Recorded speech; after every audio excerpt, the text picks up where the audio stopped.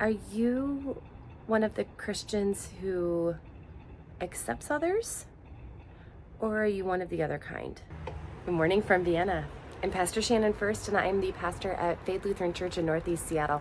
You can see right behind me, right about there, is St. Stephen's Church here in Vienna. I have been here with my sister. We were supposed to see the Taylor Swift concert, and like many others, we were bummed that we couldn't see it, but we were also really grateful for the security teams that were working, for the people who were staying ahead of tragedy, and really just holding lots of gratitude.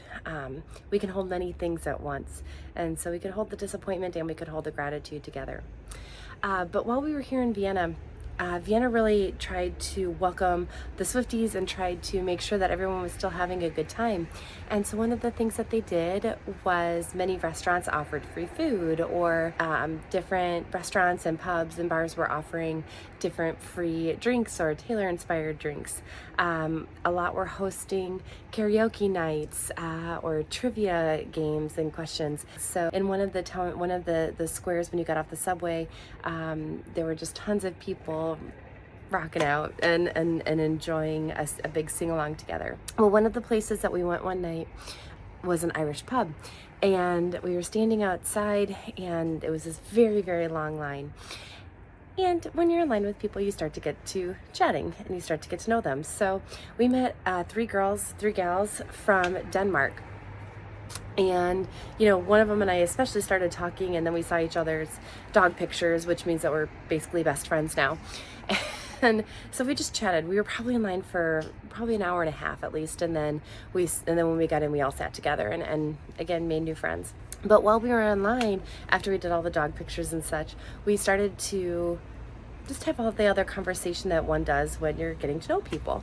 And so some of the talk turns to, what are your vocations? Are you in school? Are you working? Are you, what are your travel plans? What are your hobbies? That sort of thing. And at one point I said, well, I'm a pastor.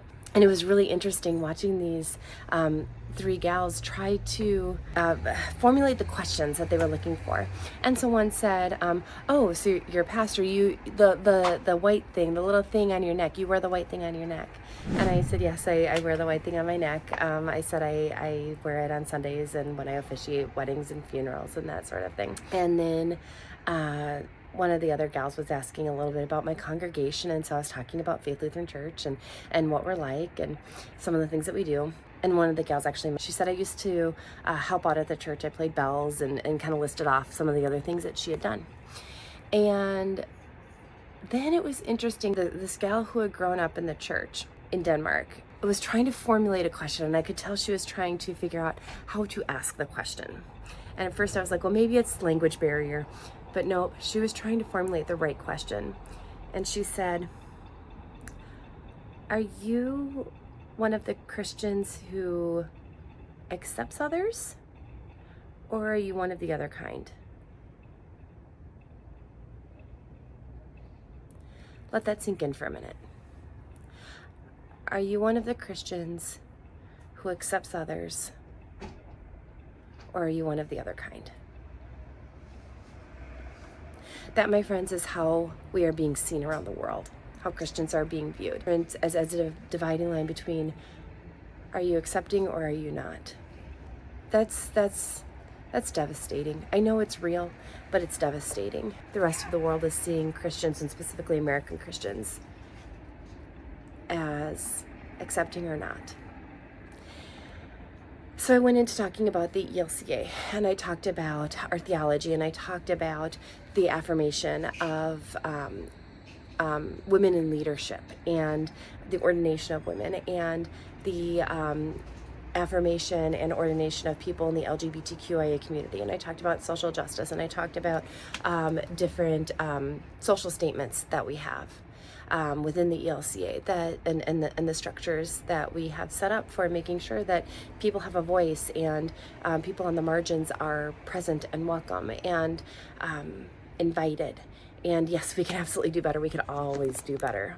And I talked about my church being a reconciling in Christ church and what that means. And what that means is that we are open and affirming to people who identify within the LGBTQIA plus community. And so then we moved on, and earlier in the conversation, the girls had said that they were cousins, and so I circled back around to that, and I said, oh, so you're cousins. Did you grow up together? Did you that kind of thing?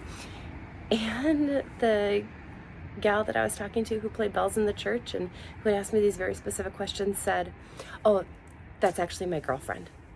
She said, I just needed to know first if it was okay that I could say that. And especially when I found out that you were a pastor, I needed to make sure it was okay that I could say that. Our calling is to make sure that people know that they are welcome and accepted. Our calling is to make sure that everybody knows that they are beloved children of God and that we are not divided. And that is how Christians in the world are seen, as accepting and non-accepting. So I guess the question I would have is, how are we making sure that we are spreading the gospel? That we are being part of a movement that is accepting? That we are sharing the love of Jesus and not using it as a weapon, and not using it to divide, and not using it to assume or judge? How are we being actively engaged in the gospel, in voice, in action, in understanding, in learning, so that we don't have to be asked that question again, are you accepting or not? But that people, when we meet them, will just know, you're Christian, we're accepted.